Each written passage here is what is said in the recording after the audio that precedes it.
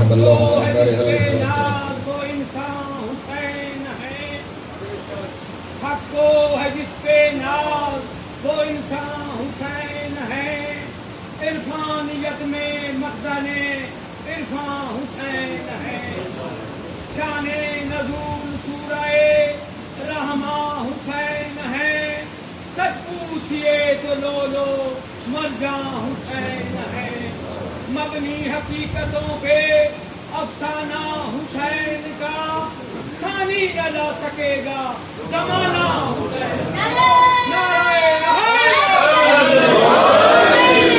رحم اللہ من کرہ الفاتحہ.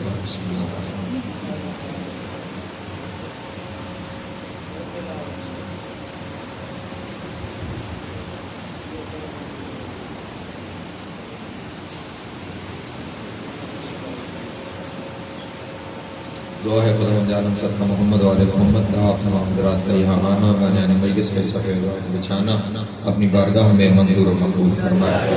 آپ جتنے حضرات یہاں پہ تشریف فرما ہیں، جتنی حاجتیں لے کر آئے ہیں، مولا کی حاجت پوری فرمائے. پریشان حال ہیں مولا پریشانیاں دور فرمائے. جو مقروض ہیں ان کے قرض غائب سے ادا ہو جائیں. جو بے روزگار ہیں مولا عزت والا روزگار عطا فرمائے. جو باروزگار ہیں مولا رزق میں برکت عطا فرمائے. جو حج و زیارات کے مشتاق ہیں مولا حج و زیارات نصیب فرمائے. جو بے اولاد ہیں مولا اولاد نگینہ عطا فرمائے. جو با اولاد ہیں ان کی اولاد کو نیک نیک صالح بننے کی توفیق عطا فرمائے. جو بیمار ہیں مولا شفائے کامل و عاجل نصیب فرمائے. ایک بچی علیہ عابدی بیمار ہیں مولا انہیں صحت کے ساتھ درازی زندگی عطا فرمائے. قرآن کی والدہ کو مولا صحت کے ساتھ درازی زندگی عطا فرمائے. قرآن کی تمام پریشانیوں اور مشکلات کو مولا دور فرمائے. رزق میں اضافہ فرمائے. عمران بھائی کے رزق کو مولا اضافہ فرمائے. افسران بھائی جتنے احباب یہاں پر تشریف فرما ہے پھر اللہ سب کے رزق میں اضافہ فرمائے. پر امید آپ کے معنی مجلس کے اور وہ جن کو کوئی دعا کرنے والا نہیں رہ گیا اللہ سب کی قبر اور محشر کی منازل آسان فرمائے. شفاعت محمد و آل محمد نصیب ہو. امام حسین علیہ السلام کی جنتوں میں اعلیٰ مقام عطا ہو. لاکھوں دعاؤں کی ایک ہی دعا وارث زمانہ کا ظہور جلد ہو جائے. ہر مولا کے نوکروں چاکروں میں شمار ہو. امام کی قربت نصیب ہو دوری نصیب نہ ہو. خاتمہ بالخیر ہو عقائد حق کے ساتھ. اللہم کن لولیک الحجۃ بن الحسن صلوات علیہ وعلی آبائہ فی هذه الساعة وفي كل ساعة من ساعات الليل والنهار وليا وحافظا وقائدا وناصرا ودليلا معينا حتى تسكنه ورزقته وتمتعه فيها طويلا.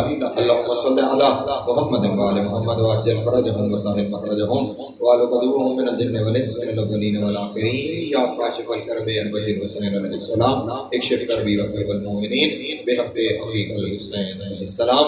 ایسی صلوات پڑھیں کہ تمام دعائیں مستجاب ہوں.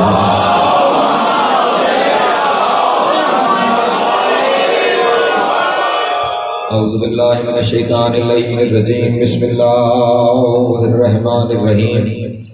الحمد للہ الاول بلا اول کان قبلہ والآخر بلا آخر یکون بعدہ. حسرت ان رؤیتہ ابصار الناظرین وعجزت ان ناطقہ اوہام الواصفین. وصلی اللہ علی اشرف الانبیاء والمرسلین وخاتم النبیین ابی القاسم محمد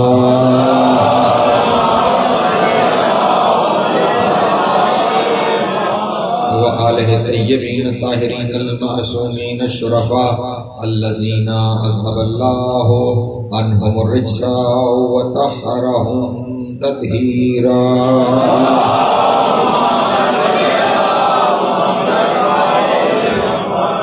واللعنة الدائمة على أعدائهم أجمعين من يوم عداوتهم إلى قيام يوم الدين. أما بعد فقد قال الله تبارك وتعالى في محكم كتابه المجيد وفرقانه الحميد وقوله الحق. بسم الله الرحمن الرحيم. لقد يسرنا القرآن للذكر. صلوات بر محمد وآلہ.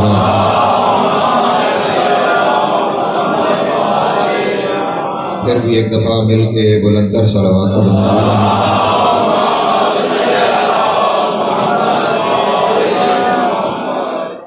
توجہ ہے گفتگو شروع کی جائے. سامعین محترم، ہم جس دور سے گزر رہے ہیں اس دور میں جب بھی دو لوگوں کے درمیان کسی نظریے پر کسی عقیدے پر اختلاف ہوتا ہے تو ہر ایک اختلاف رکھنے والا دوسرے سے یہ تقاضا کرتا ہے کہ جو تمہارا نظریہ ہے وہ قرآن سے ثابت کر دو. تو جو ہے میرے بات، اور یہ وہ سوال ہے جس کا شکار ہم سب سے زیادہ رہتے ہیں کہ جو کچھ کرتے ہیں وہ قرآن سے ثابت کرو. کلمے سے لے کر کے کلمے میں علی ولی اللہ پڑھتے ہو قرآن سے ثابت کرو، نماز میں ہاتھ کھولتے ہو قرآن سے ثابت کرو، سر کا مسح کرتے ہو پاؤں کا مسح کرتے ہو قرآن سے ثابت کرو، روزہ جلدی بند کرتے ہو دیر سے کھولتے ہو قرآن سے ثابت کرو، حج میں حج تمتع کرتے ہو قرآن سے ثابت کرو، عزاداری کرتے ہو قرآن سے ثابت کرو، ماتم کرتے ہو قرآن سے ثابت کرو، زنجیر مارتے ہو قرآن سے ثابت کرو. یعنی جو کچھ کرنا ہے اسے قرآن سے ثابت کیا جائے. یہ ایک عمومی بات ہے جو ہر ایک مختلف نظریہ رکھنے والا دوسرے سے سوال کرتا ہے. ہم بھی جب ہمیں کسی کے نظریے سے اختلاف ہوتا ہے تو ہم بھی اسے کہتے ہیں کہ جو تمہارا نظریہ ہے وہ قرآن سے دکھاؤ. یعنی جب بھی اختلاف ہوگا سوال یہ ہوگا کہ قرآن سے اپنا نظریہ دکھاؤ.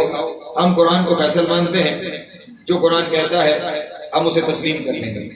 لیکن عجب بات یہ ہے کہ اس وقت مسلمانوں میں جتنے نظریات موجود ہیں، بلکہ یوں کہوں جتنا اختلاف نظر موجود ہے، ہر ایک اختلاف رکھنے والا اپنے لیے دلیل قرآن سے لے آیا.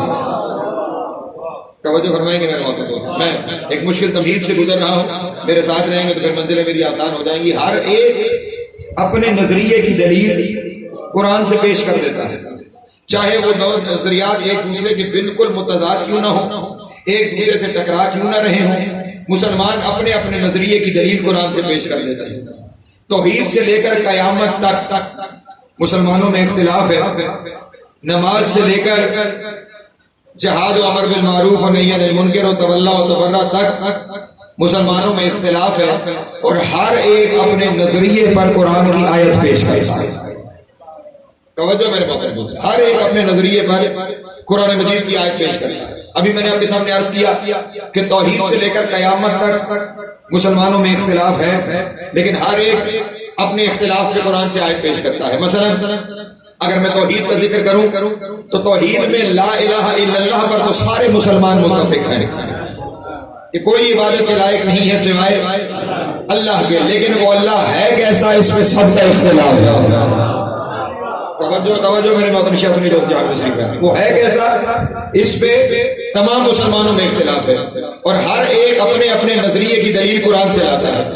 کوئی یہ کہتا ہے کہ وہ صرف عبادت کی منزل پہ لا شریک نہیں، وہ ہر ایک منزل پہ لا شریک ہے، اور کوئی اس جیسا نہیں ہے. بھئی تمہارے پاس کیا دلیل ہے کہ کوئی اس جیسا نہیں؟ وہ قرآن مجید کی آیت پڑھتے ہیں کہ اللہ نے قرآن مجید میں ارشاد فرمایا لیس کمثلہ شیء، کوئی شے اس کی مثل نہیں ہے، کوئی اس جیسا نہیں ہے.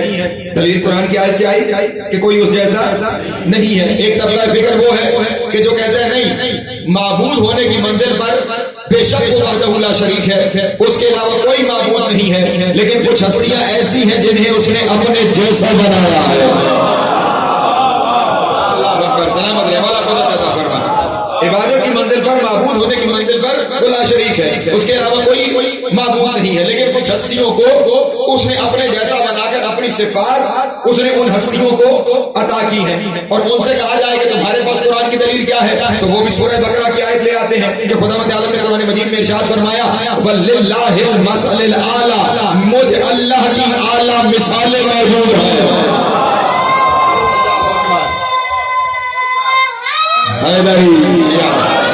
میرے ساتھ شامل رہیے گا، میں نے کسی منزل پہ جانا ہے. وَلِلَّهِ الْمَثَلُ الْأَعْلَىٰ، اللہ کی اعلیٰ مثل موجود ہے. اور بلکہ آیت مزید بھی ہے، تو ایک آیت ہے مزید آیتیں پیش کی جاتی ہیں کہ اللہ رؤوف بھی ہے، اللہ رحیم بھی ہے، لیکن اس اللہ نے جو خود رؤوف و رحیم ہے اس نے سورہ توبہ میں اپنے حبیب کے بارے میں ارشاد فرمایا حریص علیکم بالمؤمنین رؤوف رحیم، یہ میرا رسول رؤوف بھی ہے اور رحیم بھی ہے.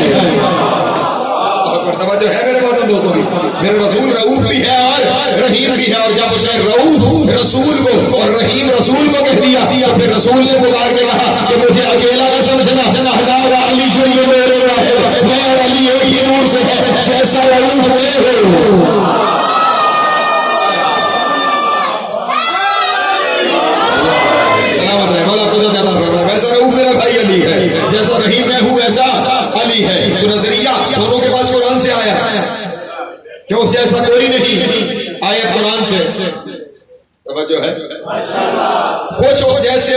بنائے. آیت قرآن سے. اچھا چلیں یہ تو ایک منزل ہو گئی. ایک اور منزل کی طرف چلتا ہوں. بڑا شدت سے اختلاف ہے مسلمانوں میں رویت الہی پر کہ خدا نظر آ سکتا ہے یا نہیں. توجہ. ایک گروہ کہتا ہے کہ یہاں نظر نہیں آیا, قیامت میں نظر آئے گا. ایک گروہ کہتا نہیں نہ یہاں دکھائی دیتا ہے نہ قیامت میں دکھائی دے گا. اور عجب یہ ہے دونوں کے پاس دلیل قرآن سے ہے. جو کہتے ہیں دکھائی دیتا ہے وہ سورہ قیامت کی آیت پڑھتے ہیں کہ خدا وند عالم ارشاد فرما رہا ہے وجوہ یومئذ ناظرہ الی ربھا ناظرہ. اس دن کچھ روشن چہرے ہوں گے جو اپنے رب کو دیکھ رہے ہوں گے.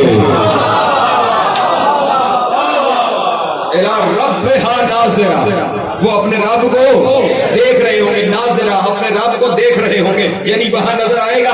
آیت قرآن سے لے آئے. دوسرا گروہ ہے وہ کہتا ہے نہیں دکھائی دے سکتا, دکھائی دینا ممکن ہی نہیں کیونکہ اس نے حضرت موسیٰ کا واقعہ قرآن مجید میں بیان کیا ہے. فلما جاء موسیٰ لمیقاتنا وکلم ربہ قال رب ارنی انظر الیک قال لن ترانی. حضرت موسیٰ جب میقات میں آئے تو اپنے رب سے گفتگو کی اور اپنے رب سے کہا کہ اے میرے اللہ میں تجھے دیکھنا چاہتا ہوں.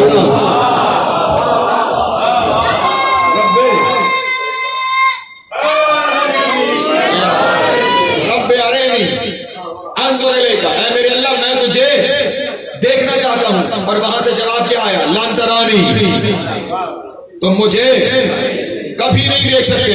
ولکن انظر الی الجبل فإن استقر مکانہ فسوف ترانی. مجھے نہیں دیکھ سکتے اس پہاڑ کو دیکھو, اگر یہ اپنی جگہ پہ رک گیا تو پھر مجھے دیکھ لینا. اپنا پہاڑ جگہ پہ رکا نہ اسے دیکھنا ممکن. اور یہاں پہ توجہ فرمائیے گا موسیٰ سے یہ نہیں کہا کہ لا ترانی کہ تم مجھے نہیں دیکھ سکتے, کیونکہ جہاں پہ لا آئے وہاں اللہ کی گنجائش ہوتی ہے. نہیں توجہ فرما رہے, جہاں لا آئے وہاں اللہ کی لا الہ الا اللہ, یعنی لا وہاں آتا ہے جہاں کوئی نہ کوئی استثناء کا رستہ نکل آئے. لیکن اللہ فرمایا لن ترانی, جہاں یہ لفظ آئے وہاں استثناء نہیں ہوتا. کبھی نہیں دیکھ سکتے, کبھی نہیں. جب اللہ کہے کہ کبھی نہیں دیکھ سکتے, اور یہ نہیں فرمایا اس دنیا میں, فرمایا کبھی نہیں دیکھ سکتے. تو جسے معصوم نبی نہ دیکھ سکے وہ گناہگار نبی کو کہا. توجہ ہے میرے باتوں دوستوں. لیکن دیکھنے والے بھی دلیل کہاں سے لائے؟ قرآن سے. نہ دیکھنے والے دلیل کہاں سے لائے؟ قرآن سے. اس جیسا کوئی نہیں, دلیل کہاں سے آئی؟ قرآن سے. اس جیسے ہیں دلیل کہاں سے آئی؟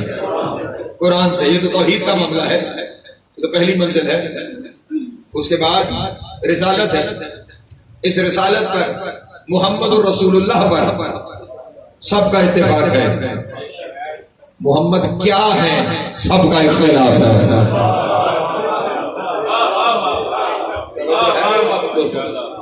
محمد الرسول اللہ پر اتفاق, مصطفیٰ کیا ہے سب کو اختلاف.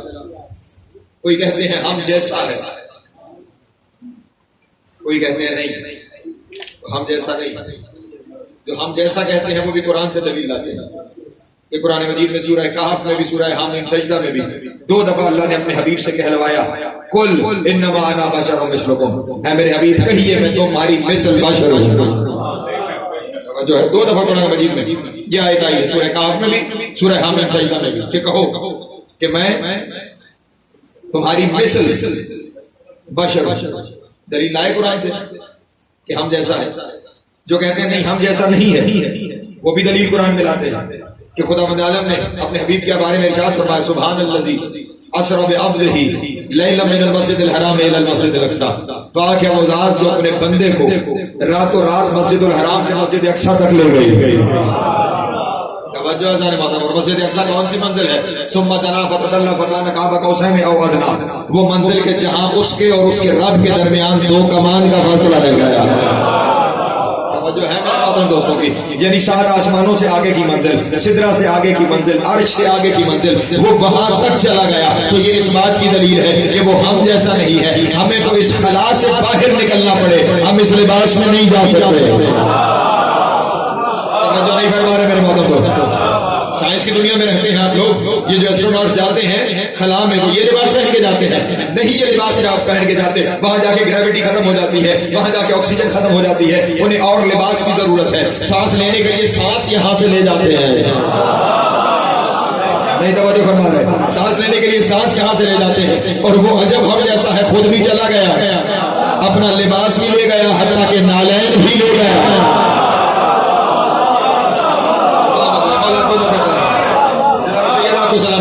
ٹھیک ہے نا؟ آپ وہ جو کہہ رہے ہیں ہم جیسا، دلیل کہاں سے؟ قرآن سے۔ جو کہہ رہے ہیں ہم جیسا نہیں، دلیل کہاں سے؟ قرآن سے۔ ایک اور مسئلہ مسلمانوں میں بڑا عام ہے، میں پورے عشرے کا مضمون ایک مجلس میں دے رہا ہوں، علم غیب کا مسئلہ۔ کچھ کہتے ہیں علم غیب بس وہی جانتا ہے، اس کے سوا کوئی نہیں جانتا۔ کچھ کہتے ہیں نہیں، کچھ ہستیاں ہیں جو غیب جانتی ہیں، جنہیں کہا جائے کہ کوئی نہیں جانتا، وہ بھی قرآن مجید کی آیت لے کے جاتے ہیں۔ اللہ نے قرآن مجید میں ارشاد فرمایا لا یعلم الغیب الا هو، کوئی اس کے سوا غیب نہیں جانتا، کوئی اس کے سوا، بلکہ سورہ نحل میں غالباً ارشاد فرمایا لا تعلم من فی السماوات والارض الغیب الا اللہ، زمین و آسمان میں کوئی نہیں اللہ کے سوا جو غیب جانتا، جو ہے کوئی نہیں جانتا۔ آیت قرآن مجید سے۔ اور جو کہتے ہیں جانتا ہے، وہ سورہ جن کی آیت پیش کرتے ہیں کہ خداوند عالم نے ارشاد فرمایا ہے فلا یظہر علی غیبہ احد الا من ارتضی من رسل، اللہ ارشاد فرما رہا ہے کہ عالم غیب صرف اللہ ہے، فلا یظہر علی غیبہ احد، وہ اپنے علاوہ کسی کو غیب پہ مطلع نہیں کرتا، کسی کو غیب پہ مطلع نہیں کرتا، الا من ارتضی من رسل، سوائے اس کے کہ جسے اس نے رسولوں میں مرتضی بنا لیا۔ سلامت رہے، بولا کوئی نہیں جانتا، آیت قرآن سے، کوئی جانتا ہے، آیت قرآن سے۔ جب بھی رسول کی ذات پہ بات ہو رہی ہے، توحید پہ اختلاف، آیت ہے قرآن سے، رسول کی ذات پہ اختلاف، آیت ہے قرآن سے۔ رسالت کے بعد اگلی منزل امامت کی ہے، امامت سارے مانتے ہیں، ہاں پوری دلیل سے کہہ رہا ہوں، امامت سارے مانتے ہیں۔ اگر نہ مانتے ہوتے تو ادھر 12 کیوں ہوتے، ادھر 4 کیوں ہوتے؟ جو ہے میرے محترم دوستو، امامت ہے، سب مانتے ہیں کہ امامت ہے، لیکن پھر اختلاف، کوئی کہتا ہے ہمارے ذمہ چھوڑ دیا گیا کہ تم اپنا امام چن لو، کوئی کہتے نہیں، اس نے قرآن مجید میں ارشاد فرمایا وَجَعَلْنَا مِنْهُمْ أَئِمَّةً يَهْدُونَ بِأَمْرِنَا، ہم وہ ہیں جو امام بناتے ہیں جو ہمارے امر سے ہدایت کرتے ہیں۔ جو ہے میرے محترم دوست، امام پر کہ امامت ہے، اتفاق ہے، امام کون ہے، اختلاف ہے۔ پریشان تو نہیں ہو رہا بولا؟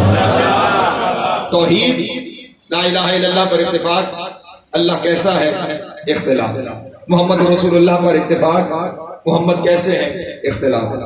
ائمہ پر کہ امامت ہے، اتفاق، امام کیسے ہیں، کون ہے، اختلاف۔ یہ سارا کچھ کہاں سے، قرآن سے۔ آئیے ایک اور قیامت کی طرف چلتے ہیں۔ قیامت ہوگی، سب کا اتفاق ہے، ایک دن آئے گا کہ جس دن حساب دینا ہے، سب کا اتفاق ہے، اس دن فیصلے کس بنیاد پہ ہوں گے اس پہ اختلاف ہے۔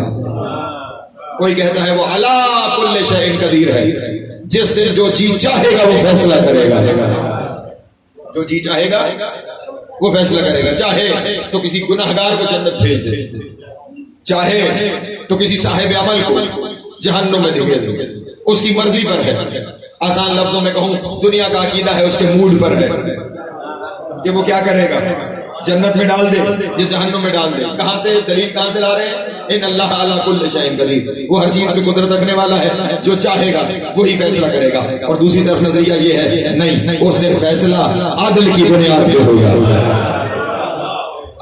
جو حکم بندوں کو دے رہا ہے وَإِذَا حَكَمْتُمْ بَيْنَ النَّاسِ أَن تَحْكُمُوا بِالْعَدْلِ، اگر تمہیں لوگوں کے درمیان فیصلہ کرنے کا موقع مل جائے تو خبردار صرف عدل سے فیصلہ کرنا، صرف عدل کے ذریعے فیصلہ کرنا، جو بندوں کو خلاف عدل نہیں جانے دیتا، وہ خود روز محشر خلاف عدل کیسے جائے گا؟ اس لیے وہاں فیصلے عدالت کی بنیاد پر ہوں گے۔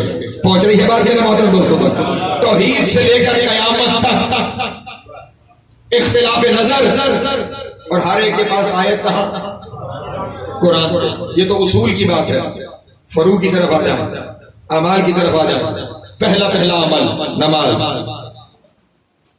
آیت نماز میں ایک ہی ہے جو حکم نماز کی ہر جگہ دہرائی گئی. اقیم الصلاۃ. بات تو الگ الگ آیتیں آ رہی تھی، آیت ایک ہی ہے. اقیم الصلاۃ، نماز قائم کرو. کیسے کرنی ہے سب میں اختلاف. نماز تو دور کی بات، نماز کے لیے کھڑا کیسے ہونا ہے نہیں چلیں اور چلیں. نماز میں کھڑا ہونا بعد میں آئے گا. شرط نماز وضو ہے. اور عجب بات یہ ہے، میرے پڑھے لکھے سامعین بیٹھے ہیں، وضو کے اوپر آیت بھی پورے قرآن مجید میں ایک ہی ہے، دوسری آیت ہی نہیں.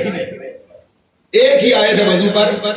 واغسلوا وجوہکم وایدیکم الی المرافق وامسحوا برؤوسکم وارجلکم الی الکعبین. دھو لو اپنے چہروں کو اور ہاتھوں کو کوہنیوں تک اور مسح کر لو اپنے سر کا اور پاؤں کا، پاؤں کی ابری ہوئی جگہ. ایک ہی آیت ہے، دوسری آیت ہی نہیں. ایک آیت ہوتے ہوئے پھر اختلاف ہے دھونے ہیں یا وضو مسح کرنا ہے.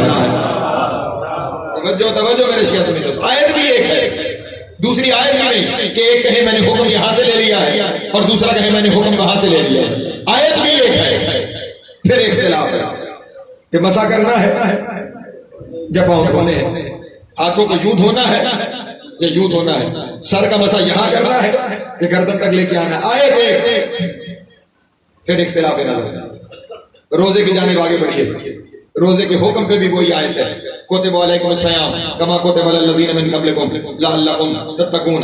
تم پہ روزے فرض کیے گئے جیسے تم سے پہلے والوں پہ فرض کیے گئے، تم بھی رکھا کرو تاکہ تم متقی ہو جاؤ. اور پھر روزے کے طریقے پر بھی آیت ایک ہی ہے کہ اس وقت سحر کرو کہ جب خیط الاسود من خیط الابیض، سفید اور سیاہ دھاری ایک دوسرے سے جدا نہ ہو جائے. اور روزے کو تمام کرو. واتم الصیام الی اللیل، رات تک اپنے روزے کو تمام کرو. آیت وہی ہے. پھر روزہ رکھنے کے وقت پہ بھی اختلاف، روزہ کھولنے کے وقت پہ بھی اختلاف. توجہ نہیں فرما رہے آپ، وہاں بھی اختلاف. نماز ایک ہی آیت، اختلاف. روزہ ایک ہی آیت. پریشان ہو رہے ہیں آپ، مشکل منزلوں سے گزر. روزہ رکھنے کے وقت پہ بھی، روزہ کھولنے کے وقت پر بھی اختلاف. آیت کہاں سے؟ قرآن مجید سے. نماز سے آگے بڑھے، روزے سے آگے بڑھے، زکوٰۃ کی بات آ گئی. وآتوا الزکاۃ، زکوٰۃ دیا کرو. توجہ ہے. زکوٰۃ کا نصاب بھی اس نے قرآن میں بتایا، لیکن اس کے باوجود کن چیزوں پر زکوٰۃ ہے کن پر نہیں ہے اختلاف. آیت قرآن میں اور پھر اختلاف. مثلا ہمارے یہاں صرف 9 چیزیں ہیں، ان 9 چیزوں پہ زکوٰۃ ہے، پیسوں پہ زکوٰۃ نہیں ہے. برادران کے یہاں پیسوں کے بارے میں بھی حکم موجود ہے، حالانکہ قرآن میں پیسوں کا نصاب ہی نہیں. توجہ نہیں فرما رہے. نصاب سونے کا دیا گیا، چاندی کا دیا گیا، گیہوں کا نصاب دیا گیا، اونٹ کا نصاب دیا گیا. یہ سارے نصاب تذکرے کیے گئے، لیکن پھر بھی مسلمانوں کے درمیان اختلاف موجود ہے. نماز، روزہ، زکوٰۃ، حج آ گیا. وَلِلَّهِ عَلَى النَّاسِ حِجُّ الْبَيْتِ مَنِ اسْتَطَاعَ إِلَيْهِ سَبِيلًا. آیت ایک ہی ہے. اور پھر طریقہ حج پہ اختلاف ہے. باقی حج تو دور کی بات ہے، حج جاتے ہوئے لباس کیسے پہننا ہے اس میں اختلاف ہے. کوئی کہتا ہے کہ کندھوں پہ اس چادر کو اڑا جائے گا، کوئی کہتا ہے نہیں، ایک کندھا خالی رکھا جائے گا. حج سے پہلے عمرہ تمتع ہے یا نہیں، اس کے اوپر اپنی جگہ پہ اختلاف موجود ہے. یعنی حج حکم ہے، اختلاف پھر اپنی جگہ پہ موجود ہے. حج سے آگے نکلے، جہاد کا وقت آ گیا. آیت پھر قرآن مجید میں وہی ہے، وجاہدوا فی سبیل اللہ لعلکم تفلحون. اللہ کے راستے میں جہاد کرو تاکہ تم فلاح پا جاؤ. لیکن پھر جہاد کے نظریے میں فرق ہے. کوئی کہتا ہے ہر جگہ لڑنا اور اپنی مرضی سے لڑنا. توجہ جہاں آپ نے سمجھ لیا کہ یہاں لڑنا چاہیے وہ جہاد ہے، اور کوئی کہتا ہے نہیں، جب تک قیادت معصوم نہ ہو اس وقت تک وہ جہاد نہیں ہو سکتا. اب حکم کہاں؟ پھر مسلمانوں میں اختلاف. آیت پھر ایک ہی ہے، پھر اختلاف. اس کے بعد کا یامر بالمعروف ہے، نیکی کی تلقین کیا کرو، کرنی کیسے ہے اس میں پھر اختلاف ہے. کوئی کہتا ہے نہیں، معاملہ سمجھانے کی حد تک ہے، اور کوئی کہتا ہے نہیں، اگر کوئی نہ مانے تو تلوار لے کے سوار ہو جاؤ. توجہ ہے میرے محترم دوستوں کی؟ حکم قرآن سے لے کے طریقہ کار اور اختلاف، اسی طرح امر بالمعروف پر نہی عن المنکر پر. اور پھر میں جلدی اپنے نتیجے کی طرف چلوں. آگے جا کے معاملہ تبرہ اور تولا کا ہے. تولا کا مطلب محبت کرنا، تبرہ کا مطلب بیزاری اختیار کرنا. نظریہ دونوں میں موجود ہے، تولا کا بھی نظریہ موجود ہے، تبرہ کا بھی نظریہ موجود ہے. اختلاف اس بات سے ہے کرنا کس سے ہے.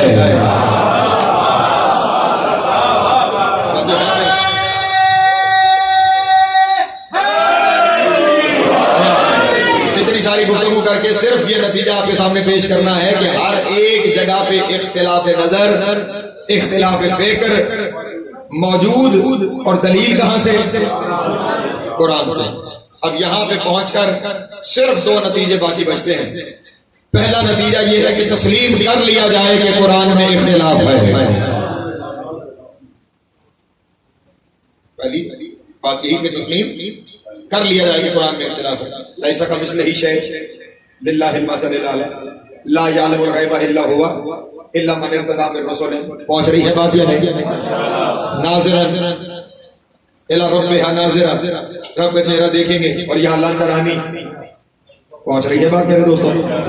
یا تو یہ تسلیم کر لیا جائے کہ قرآن میں اختلاف ہے، اور اگر خدا نخواستہ یہ تسلیم کر لیا جائے تو پھر خیال رہے کہ اختلاف نقص ہے. توجہ میرے چیئر، اختلاف نقص ہے. اور اگر قرآن میں اختلاف ہے تو پھر خیال رہے قرآن خدا کا کلام ہے. پھر یہ اختلاف کہاں تک جائے گا؟ میں ابھی آپ کے سامنے گفتگو کر رہا ہوں، تھوڑی دیر پہلے کچھ کہوں اور ابھی کچھ کہوں، تو وہ کلام کا قصور نہیں، وہ میرا قصور ہے جو کلام کر رہا ہے. قرآن میں اگر اختلاف ہے تو قرآن کو فرق کوئی نہیں پڑتا. نظریہ کہاں تک جائے گا؟ خدا تک. خدا میں اختلاف، خدا میں نقص، اور جس میں نقص آ جائے وہ خدا نہیں رہتا. خدا کمال ہی کمال ہے، خدا میں نقص نہیں ہے. جو اپنا دین بغیر کمال کے نہیں چاہتا.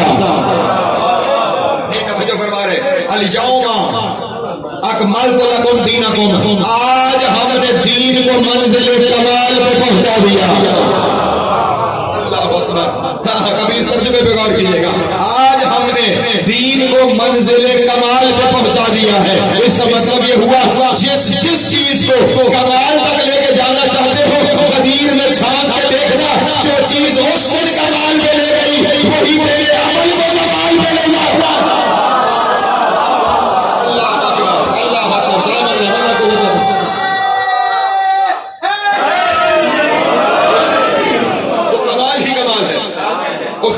ممکن ہی نہیں ہے. جب اس کے یہاں نقص ممکن نہیں تو پھر اس کی کتاب میں بھی نقص نہیں ہے.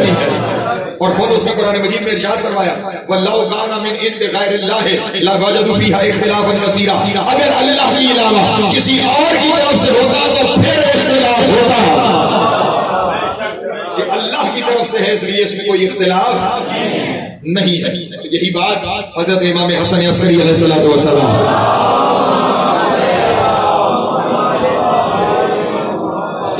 میرے مولا کے دور میں کوفے کا ایک شخص تھا. اس نے ایک کتاب لکھی اور اس کتاب کا عنوان تھا نقائص القرآن. توجہ ہے، قرآن کے نقص. توجہ ذرا. اور اس نے قرآن مجید میں یہی ساری آیتیں اپنی کتاب میں لکھی کہ خود آیتوں میں اختلاف ہے، تناقض القرآن، آیتوں میں ٹکراؤ ہے. کہیں کہتا ہے لیس کمثلہ شیء اور کہیں کہتا ہے للہ المثل الاعلی، کہیں کہتا ہے لا یعلم الغیب الا هو اور کہیں کہتا ہے الا من ارتضی من رسول. یہ ساری آیتیں لکھ کر اس نے کہا قرآن میں اختلاف ہے، قرآن میں نقص ہے. اور کتاب اس نے تیار کر لی اور تیار کر کے اب موقع کی تلاش میں تھا کہ کب اس کتاب کو لوگوں کے درمیان بھیجا جائے. لیکن خود اہتمام قدرت کہ اس کا ایک شاگرد کوفہ سے اٹھا اور سامرا میرے مولا تک آ گیا. توجہ ذہن مولا. اور کتاب کے حوالے سے نہیں آیا. سامرا چلتا پھرتا ایسے ہی. اس زمانے میں جو لوگ علم دین حاصل کرتے تھے وہ سفر کرتے تھے، مسافرت کرتے تھے. مختلف علاقے میں جہاں خبر ملی کہ کوئی شخص ایسا ہے جو دین کے بارے میں کچھ باتیں جانتا ہے اس تک پہنچتے تھے. وہاں پہ جا کے دین کی باتیں سیکھا کرتے تھے. یہ وہ دور تھا لوگ جا کے سیکھتے تھے. آپ شکر کیا کریں ہم آ کے سکھاتے ہیں. مجلس حسین کا احسان ہے اور سکھاتے کہ نوجوان بچوں کے لیے ہیں، بزرگ ہم سے بہت بہتر جانتے ہیں، صرف بزرگوں کے لیے تو تجدید ہوتی ہے. اس نے وہاں کتاب لکھی، اہتمام دیکھیے گا. شاگرد اس کا سفر کرتے ہوئے سامرا پہنچ گئے اور وہ سامرا پہنچا اور امام نے اسے بلا لیا. توجہ امام سے ملنے نہیں گیا اپنے کسی کام سے. کام سامرا میں ہی پڑھنا تھا. امام نے بلا لیا. اب اسے امام فرما رہے اب خیال رہے کتاب ابھی اس نے لکھی ہے یا اسے خبر ہے یا اس کے ارد گرد کے لوگوں کو خبر ہے. ابھی باہر کتاب نہیں آئی اور کوفہ کہاں اور سامرا کہاں. امام اس کے شاگرد کو کہہ رہے ہیں سنا ہے تیرے استاد نے کتاب لکھی ہے. سنا ہے تیرے استاد نے کتاب لکھی ہے تناقض القرآن. کہنے لگا جی حضور لکھی تو ہے کتاب. کہا کیا ہے اس کتاب میں؟ کہا آپ کو جب کتاب کا پتہ ہے تو یہ بھی پتہ ہوگا کہ کتاب میں کیا ہے. جب خصوصیت سے تذکرہ فرما رہے امام نے فرمایا ہاں مجھے پتہ چلا ہے. اس نے کتاب تناقض القرآن اس کا عنوان رکھا ہے اور اس نے قرآن کے نقص جو قرآن کی آیتوں میں بظاہر نظر آنے والا اختلاف ہے اس اختلاف کو اکٹھا کر کے اس نے کہا ہے کہ قرآن میں نقص موجود ہے. جی حضور بالکل لکھی ہے. امام نے فرمایا تم اسے منع کیوں نہیں کرتے؟ تم اسے منع نہیں کیوں؟ کہنے لگا حضور میں شاگرد ہوں وہ استاد ہے میں کیسے منع کروں؟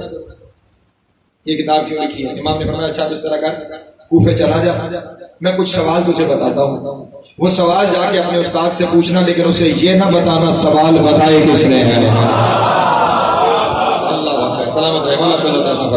سوال بتا رہا ہوں جا کے پوچھنا لیکن یہ نہ بتانا کہ سوال بتائے کس نے. اس نے حضور ارشاد فرمایا کیا سوال پوچھنے ہیں؟ کہا سوال اس سے تم نے یہ پوچھنا ہے جب اس کے سامنے جا کے بیٹھ جاؤ کہ تمہارے پاس کسی کا کوئی خط آئے اور وہ شخص اس خط میں تمہیں کوئی کام سر انجام دینے کو کہے. وہ خط تم پڑھو اور اس کام کو سر انجام دینا شروع کر دو کیونکہ تمہاری نظر میں وہ محترم ہے جس نے خط لکھا ہے یا تمہیں اس سے محبت ہے جس نے خط لکھا ہے. تم نے اس کے کہنے پر عمل کر لیا اور کام جو اس نے کہا تھا وہ تم نے کرنا شروع کر دیا.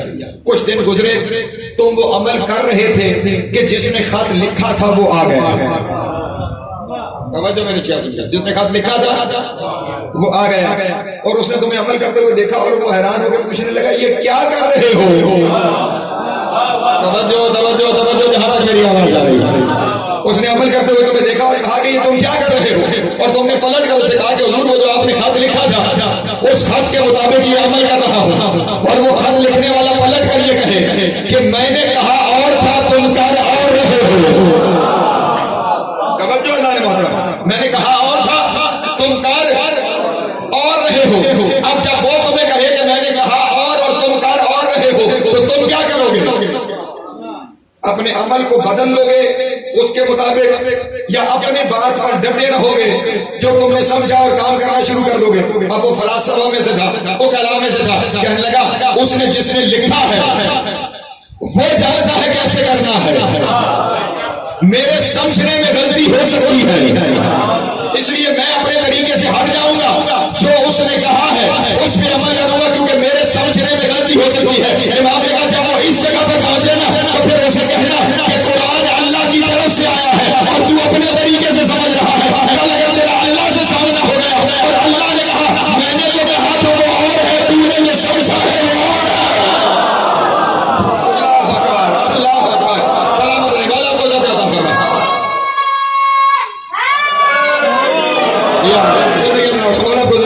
میں نے جو کہا تھا وہ اور ہے تو نے جو سمجھا وہ اور ہے. تو پھر کیا کرے گا؟ اپنی بات پہ قائم رہے گا یا خدا کی مانے گا؟ اس نے سوال بتا دیے سارے. سوال لے کر اپنے استاد کے پاس آ گیا. اسی طرح سوال کیا خط آئے تو عمل کرے. صاحب خط آ جائے وہ کہے کہ میں نے کہا اور تو نے کیا اور کیا کرے گا؟ کا راستہ بدلوں گا جیسے اس نے کہا ہے جو آ گیا ہے اس کی بات پہ عمل کروں گا اپنا نظریہ چھوڑ دوں گا. کہا اگر سن تو نے کتاب لکھی ہے قرآن کے نقائص اللہ سے جب سامنا ہوگا اور اللہ کہے کہ تو نے سمجھا اور ہے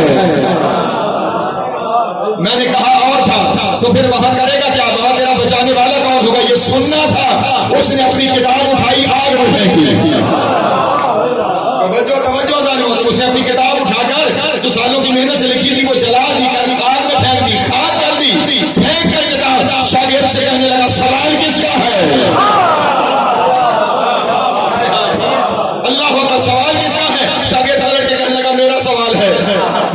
وہ کہنے لگا ممکن ہی نہیں ہے، سوال ہی پیدا نہیں ہوتا کہ تیرا سوال ہو، سوال ہی پیدا نہیں ہوتا کہ تیرا سوال ہو. جب بھاگا شاگرد تو شاگرد کو لیتے کہنے لگا ابن رسول حسن عسکری کا سوال ہے. فوراً کہنے لگا واللہ یعلم حیث یجعل رسالتہ، اللہ بہتر جانتا ہے اسے اپنی رسالت کہاں رکھنی ہے.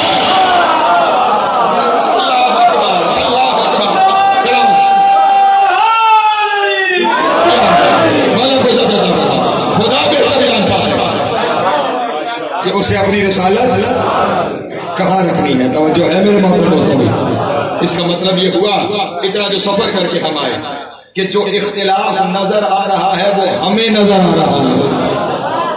ٹھیک، میں نے دو نتیجے آپ کے سامنے رکھے تھے نا، دو ہی نتیجے. پہلا نتیجہ یہ کہ اختلاف تسلیم کر لو کہ قرآن میں اختلاف ہے. اگر قرآن میں اختلاف تسلیم کر لیا تو پھر اللہ میں اختلاف آ گیا، اللہ میں نقص آ گیا.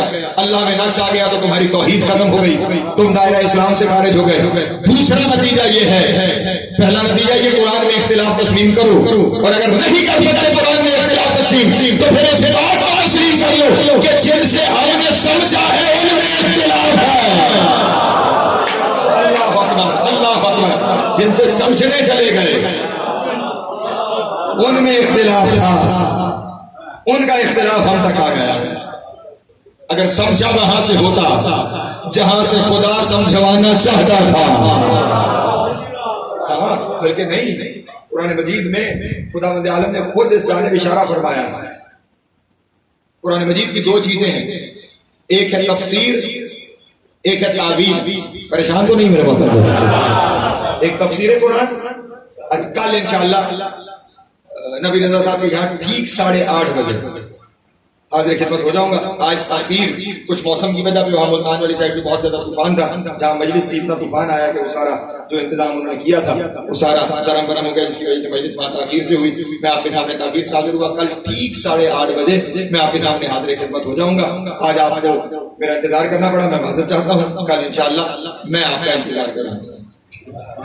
ٹھیک 8:30 بجے حاضر خدمت ہو جاؤں گا. اور انشاءاللہ عشرہ حرمین میں بھی 11 سفر سے لے کر 20 سفر تک روزانہ آپ کے سامنے حاضر خدمت ہوتا رہوں گا. رات کو ٹھیک 9:15 بجے آپ کے سامنے حاضر خدمت ہوں گا امام بارگاہ میں. اور 20 سفر سے میں جیسے سر روٹین کے مطابق ہوتی ہے وہ ہوگی، اور وہاں بھی انشاءاللہ آپ کے سامنے حاضر خدمت ہوں گا. ایک صلوات پڑھ دے گا.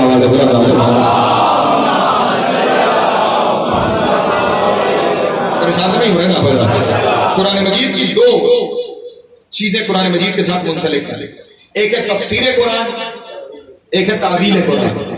ایک تفسیر اور ایک تفسیر کہتے ہیں باطن قرآن کو جاننا. کیا؟ باطن قرآن کو جاننا، مراد الہی کو جاننا کہ خدا کی یہاں پہ مراد کیا ہے. اسے کیا کہتے ہیں؟ تفسیر قرآن. اس کے بارے میں رسول کا ارشاد موجود ہے، من فسر القرآن برائہ یقبہ اللہ فی النار. جو اپنی رائے سے قرآن کی تفسیر کرتا ہے اسے اوندھے منہ جہنم میں ڈالا جائے گا. یہ باطن قرآن کے اوپر کوئی بات کرنے کی ہمیں اجازت نہیں ہے. ہمارے یہاں میں پہلے بھی آپ کے سامنے تذکرہ کر رہا تھا، جتنی تفسیریں موجود ہیں ان کے بارے لکھ دیا جاتا ہے مفسر قرآن آقا ہاشم بہرانی، مفسر قرآن آقا طباطبائی. یہ جتنے حضرات ہیں یہ مفسر نہیں ہیں، یہ تو صرف کتاب بیچنے کے لیے باہر لکھا جاتا ہے. یہ سارے راویان حدیث ہیں.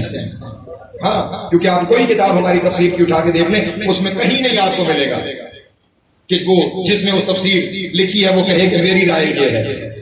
ہر ایک آیت کی تفسیر میں لکھا جائے گا قال الصادق. توجہ ہے؟ قال امام عسکری علیہ السلام، قال امام حسن علیہ السلام، قال رسول اللہ صلی اللہ علیہ وآلہ وسلم. ہر جگہ ان کا کلام نقل کیا جائے گا. یہ سارے راویان حدیث ہیں، خود اپنی مرضی سے تفسیر نہیں کرتے. اس سے کم ایک چیز ہے جسے کہتے ہیں تعویل قرآن. تعویل کہتے ہیں قرآن کے ظاہر سے استدلال کرنا. جو ایک بات سامنے نظر آ رہی ہے اس کے مثلا یہ جس طرح ابھی جو ساری بحث کرتا رہا لیس کمثلہ شیء للہ المثل الاعلی لا یعلم الغیب الا هو، یہ سامنے کی باتیں ہیں. یہ کیا کہلاتی ہیں؟ تعویل. یعنی یہ تفسیر سے کم تر چیز ہے. تفسیر تو باتیں ہیں، تعویل ظاہر ہے. باطن دور رہ گیا. خدا نے ظاہر کے بارے میں ارشاد فرمایا لا یعلم تاویلہ الا اللہ والراسخون فی العلم. قرآن کا ظاہر بھی کوئی نہیں جانتا سوائے اللہ کے یا ان کے جنہیں راسخون فی العلم بتایا گیا. اللہ اکبر. ظاہر قرآن پر بھی آپ کو اپنی رائے کی اجازت نہیں, وہ بھی الا اللہ والراسخون فی العلم. اب مسلمانوں کو بظاہر کیا نظر آ رہا ہے؟ اختلاف صرف نظر نہیں آ رہا, اختلاف کا شکار ہو گئے ہیں. تو اس اختلاف کو حل کرنے کا صرف ایک طریقہ ہے, ان کے پاس نہ جاؤ جن میں اختلاف ہے, ان کے دروازے پر آؤ جو 2 ہو 5 ہو 12 ہو 14 ہو ایک جیسے.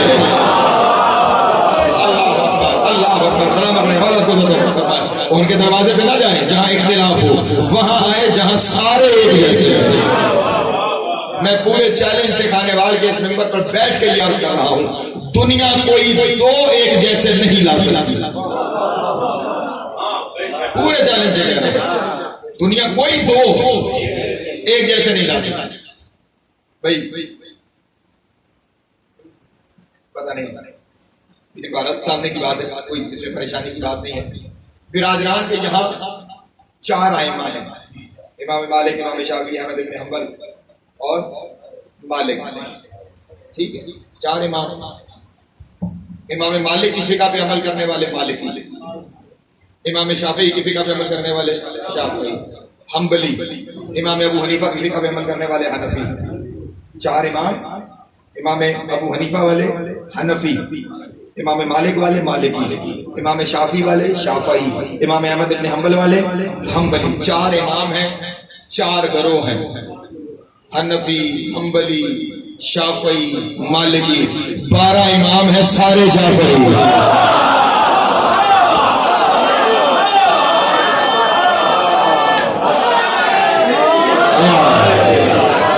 جو ہے میرے محترم دوستوں,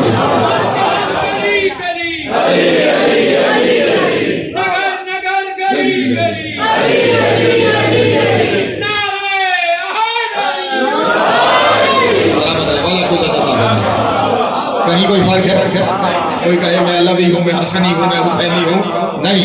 جب فقہ کی بات آئی سارے جعفری ہیں, سارے کے سارے جعفری ہیں, سارے کے سارے جعفری ہیں. 12 ہوتے ہوئے فقہ ایک ہے, فقہ ایک ہے. اور یہ بھی جعفری فقہ اس لیے ہے کہ منسوب اس دور سے ہو گئی جس میں نئی نئی فقہ نکل رہی تھی, ورنہ جو جعفری ہے وہی محمدی ہے. مصطفیٰ کی فکر ہے, رسول اللہ کی فکر ہے, جو رسول دے کر گئے ہیں. یہ سارے ایک جیسے ہیں, اس لیے ہر ایک کی نئی فکر نہیں آئی. اور یہ اتنے ایک جیسے ہیں, یہ صرف قانون میرے مکتب میں موجود ہے. میں بس سمیٹوں اپنے بیان کو, یہ قانون صرف میرے مکتب میں موجود ہے.